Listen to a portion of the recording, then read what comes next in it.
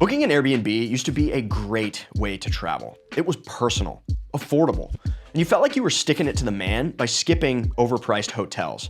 But now, it's starting to feel like the man has moved in, slapped on some hidden fees, left you a chore list, and oh yeah, might just be helping ruin entire cities in the process. So, is it time to give up on short-term rentals entirely? Or is there a way to make them work for you and the places you visit? In this video, I'm gonna unpack the problems with Airbnb and short-term rentals, and I'll share practical tips for booking responsibly while showing you a few great alternatives that might just save you time, money, and hassle. But first, let's talk about why short-term rentals and Airbnb are facing so much backlash. Airbnb was started in 2008 by these guys who couldn't afford their San Francisco rent. So they put an air mattress in their living room and they charged strangers to stay there. What started as a quirky way to make some extra cash quickly grew into a global platform connecting travelers with unique, affordable places to stay. And it was awesome. It was a cheap, easy way to stay with locals. They made a little extra money, and you, the traveler, got to save, stay in a cool spot, and maybe even make some friends. Win, win, win. Win, win, win. On my very first trip throughout Europe, we stayed almost entirely in private rooms in locals' homes, thanks to Airbnb, and it was such a great way to meet people and learn about the culture. Sometimes it was like a charming little bed and breakfast. Other times we were just crashing in someone's spare room while they slept next door. We even shared bathrooms. But it was personal and it was affordable. But now it's something much different. Here's the reality. Short-term rentals like Airbnb have changed dramatically and not in ways that really benefit travelers. First, let's talk about costs. You've probably noticed that those great deals aren't so great anymore. Cleaning fees, service fees, and taxes can add hundreds to your booking. In many cases, you're paying more than a hotel without the perks like daily cleaning or room service or someone else taking out your trash. You got to do that stuff now. Trust and reliability are a problem. You might think you're booking a cozy getaway only to show up and find something completely different. And then there's the economic and societal impact that's come from the rise of short-term rentals. In cities worldwide, housing markets are being turned upside down. Investors are buying up homes and converting them into short-term rentals, driving up rents and pushing locals out. Entire neighborhoods are losing their sense of community, becoming these revolving door zones designed for tourists rather than residents. Cities like Barcelona, New York, and Kyoto are fighting back with strict regulations, limits on short-term rental listings, and even bans to curb the damage. The impact is real, and people are pushing for change. So, let's tackle these issues one by one. I've got a few practical solutions for you. Let's start with all the fees, because nothing ruins a good deal faster than hidden costs. If you're using Airbnb, plan to invest some time in your search. Turn on display total to see the actual costs up front. A listing that looks like a great deal can suddenly be $100 extra per night once all those fees hit. One example is cleaning fees. Some hosts use these to drive down the advertised nightly rate while making up the difference elsewhere. A few ways to save. Look for long stay discounts. Many hosts offer automatic discounts for week-long or month-long stays. If your trip is flexible, adjust your dates and see if a discount pops up. You can message the host and simply ask. Some hosts will negotiate rates for longer stays or last-minute bookings. Airbnb doesn't advertise this, but it happens. You could check other platforms. Some properties are listed on both Airbnb and Vrbo at different price points, and you should definitely compare before booking.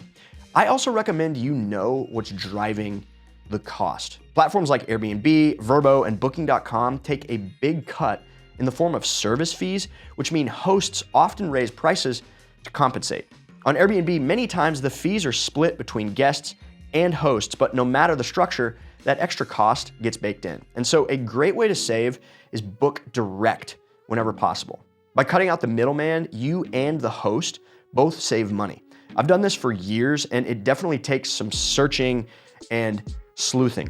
However, a few months ago, I discovered a tool that makes this process super easy. I mentioned them in a previous video, and I like it so much I asked them to sponsor this video because I think it's such a good fit. It's a free Chrome extension called Directo. With Directo, you search for lodging the way that you normally would.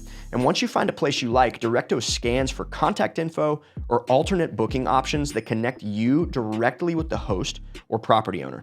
You get the same place for less. Plus, you're directly supporting the people who actually run the property and not some big platform. If you're interested in Directo, check it out using the link in the description below. Hey, if you've gotten value out of this video, please hit that like button so that YouTube knows to suggest it to other travelers like you.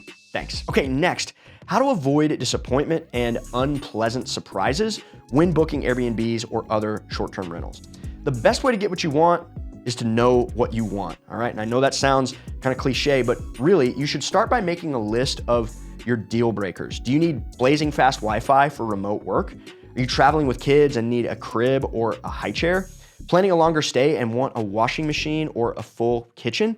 Maybe it's free parking or proximity to public transit. Whatever your priorities are, write them down. Make sure when you're searching, and you have a lot of people in your group, you're not searching by number of rooms, you're searching by number of beds, right? Whatever it is, once you have your list, use filters to narrow down your search and make sure the listing explicitly mentions these must-haves, because if it's not in the description, don't assume it's gonna be there. If you're unsure, you can always message the host and ask, and this is also a good way to see how responsive they are. Then you wanna get into the reviews. Don't just look at star rating, dig deep. Recent reviews are key. Anything older than 6 months, in my opinion, doesn't necessarily reflect reality. And you're gonna search for terms like clean, quiet, responsive host. And if you see words like dirty, misleading photos, last minute cancellation, those can be red flags that you wanna probe deeper on. And speaking of cancellations, always check the cancellation policy. Some listings have super strict refund terms, which can leave you out of luck if your plans change. Don't overlook the photos. Do they show the spaces that you actually care about? The kitchen, the bathroom, the common areas, whatever is on your list, right? If the photos are all artsy angles and vibes without much substance or detail, that's a cue to dig deeper or to just move on. The other thing I would dig into is knowing who is actually hosting you. Is it a local family or is it some investment group? When researching, if you found a place you like, do some digging and go check out the host. Read their bio. Are they from the area or are they just running a bunch of properties remotely?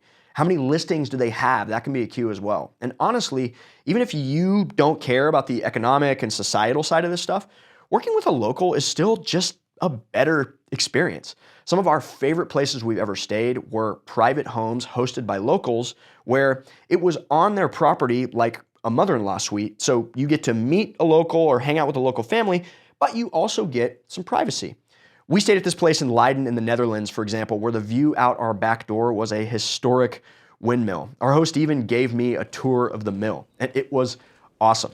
But sometimes Airbnb isn't the right fit. Maybe you're in a market where short-term rentals aren't allowed, or you've decided they're not for you. Either way, I want to give you some great alternatives you could consider. Family-run hotels and B&Bs. Whether it's a charming bed and breakfast in Croatia, an Italian pensione, or a cozy Zimmer in Germany, you're gonna meet locals, enjoy personalized hospitality, and importantly, support small businesses. This is one of my favorite ways to travel. And although my examples were all based in Europe, you can find these in markets all over the world. I tend to find these through guidebooks. If you're into credit cards, points and miles, etc., chain hotels can be a no-brainer, especially if you have points or free nights laying around. Marriott, Hilton, Hyatt, IHG, they let you redeem points, earn rewards, and enjoy perks like free breakfast and late checkout. My only beef with these is if you're visiting historic cities, let's say ones that have an old town or a historic district, these tend to be on the outskirts of the action and maybe not in an ideal location for exploration.